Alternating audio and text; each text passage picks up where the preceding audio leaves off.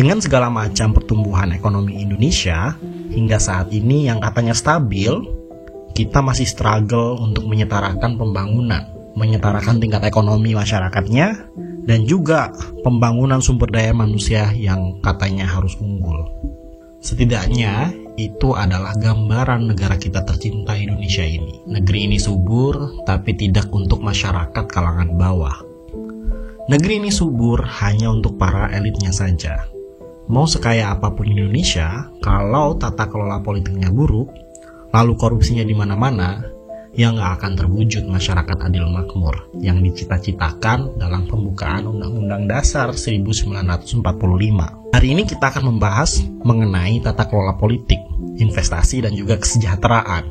Selamat datang di Geopolitik Indonesia. Selamat menikmati video ini, dan jangan lupa subscribe dan like ya.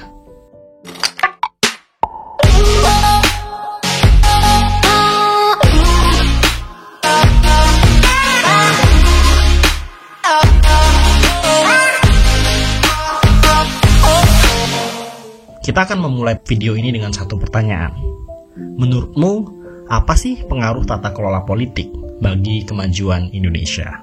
Gini nih, ibaratnya, mau sebanyak apapun investasi yang masuk, kalau mainnya suap-suapan, kong kali kong untuk kepentingan pribadi, ya nggak akan ada manfaatnya bagi masyarakat yang akan dirasakan. Tata kelola politik yang buruk dapat memberikan dampak yang signifikan terhadap pertumbuhan ekonomi di Indonesia. Indonesia saat ini berada di kategori flawed democracy atau demokrasi yang terbatas dan menempati urutan ke-52 ranking dunia dengan skor total yang cukup mengenaskan, yaitu 6,71 per 10 di tahun 2022. Indonesia mendapatkan skor buruk pada indikator pencegahan korupsi, transparansi pemerintah, dan hak politik kelompok minoritas.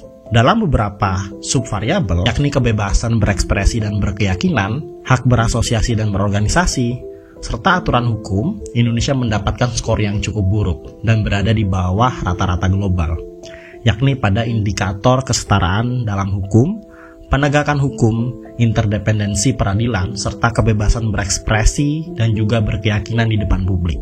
Tata kelola politik juga termasuk di dalamnya adalah fenomena korupsi. Praktek korupsi yang merajalela dan juga nepotisme dalam pengambilan keputusan politik dapat menghambat alokasi sumber daya secara efisien. Data yang dihimpun oleh ICW menyebutkan bahwa kerugian Indonesia dalam hal korupsi selama 2013 hingga 2022 mencapai 238 triliun rupiah. Wah, itu sih angka yang sangat fantastis.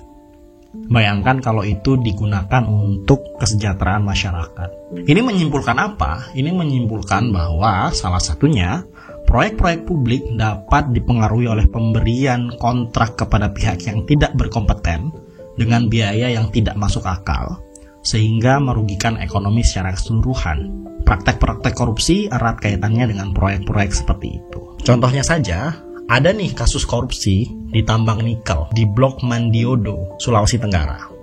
Kasus ini bukan hanya menjerat sejumlah pengusaha, tapi juga pejabat di lingkup Dirjen Minerba. Pelakunya adalah ex-Dirjen Minerba dengan kerugian yang mencapai 5,7 triliun rupiah. Belum lagi ada kasus BTS dan serangkaian kasus lainnya. Hal ini menunjukkan bahwa masih terbukanya celah kong kali kong di tengah tata kelola industri nikel yang katanya investasinya ditujukan untuk kemakmuran masyarakat.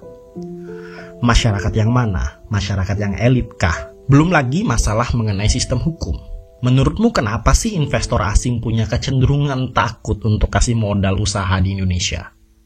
Ya, karena tidak ada faktor keamanan yang bisa menjamin uang mereka akan digunakan dengan baik dan menghasilkan daya tambah yang baik. Jika sistem hukum tidak stabil atau sering berubah-ubah, hal ini dapat menciptakan ketidakpastian bagi para investor. Investasi sering memerlukan jaminan keamanan hukum, dan jika investor tidak yakin dengan perlindungan hukum yang memadai, mereka mungkin enggan untuk berinvestasi atau memperluas kegiatan bisnisnya di Indonesia. Yang jadi korban ya lagi-lagi rakyat. Kalau pemerintah tidak bisa melakukan peningkatan terhadap tata kelola politiknya, maka yang terjadi selanjutnya adalah korupsi besar-besaran. Selanjutnya, jika tata kelola politik tidak mampu untuk mengatasi ketidaksetaraan ekonomi atau kemiskinan, hal ini dapat menciptakan ketidakstabilan sosial. Akhirnya apa? Akhirnya ketimpangan besar-besaran itu terjadi di Indonesia. Dan sekarang pun seperti itu.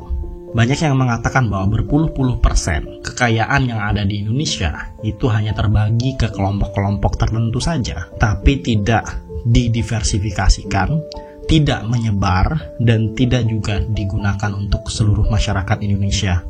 Ini juga salah satu yang menyebabkan indeks Gini atau ketimpangan kekayaan di Indonesia menjadi nomor 2 se-ASEAN. Padahal ketidaksetaraan yang tinggi dapat menghambat pertumbuhan ekonomi jangka panjang karena masyarakat yang kurang mampu memiliki akses terbatas terhadap peluang ekonomi. Akan sampai kapan tata kelola politik Indonesia yang harusnya dijaga dengan baik untuk menciptakan iklim bisnis yang baik, pertumbuhan ekonomi yang terus membaik, itu digadaikan oleh proses-proses politik yang sebenarnya bisa diperbaiki. Bukan hanya itu, tata kelola politik yang buruk juga dapat berkontribusi pada kurangnya perencanaan dan investasi dalam pembangunan infrastruktur. Gak usah jauh-jauh deh. Kira-kira menurutmu berapa banyak proyek yang pendanaannya aja nih, contohnya 50 miliar, yang diselesaikan hanya dengan dana 20 miliar? 30-nya kemana kira-kira? Padahal, infrastruktur yang kurang baik dapat membatasi pertumbuhan ekonomi, menghambat produktivitas, dan menambah biaya operasional bagi bisnis. Akhirnya seperti ini.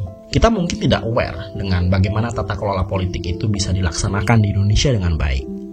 Tapi, dampaknya benar-benar struktural. Itu bisa jadi salah satu akar dari permasalahan Indonesia yang selama ini berusaha untuk maju dan berkembang secara perekonomian, tapi tidak bisa berkembang. Tapi yang menjadi masalah adalah struktural yang ada di atas juga.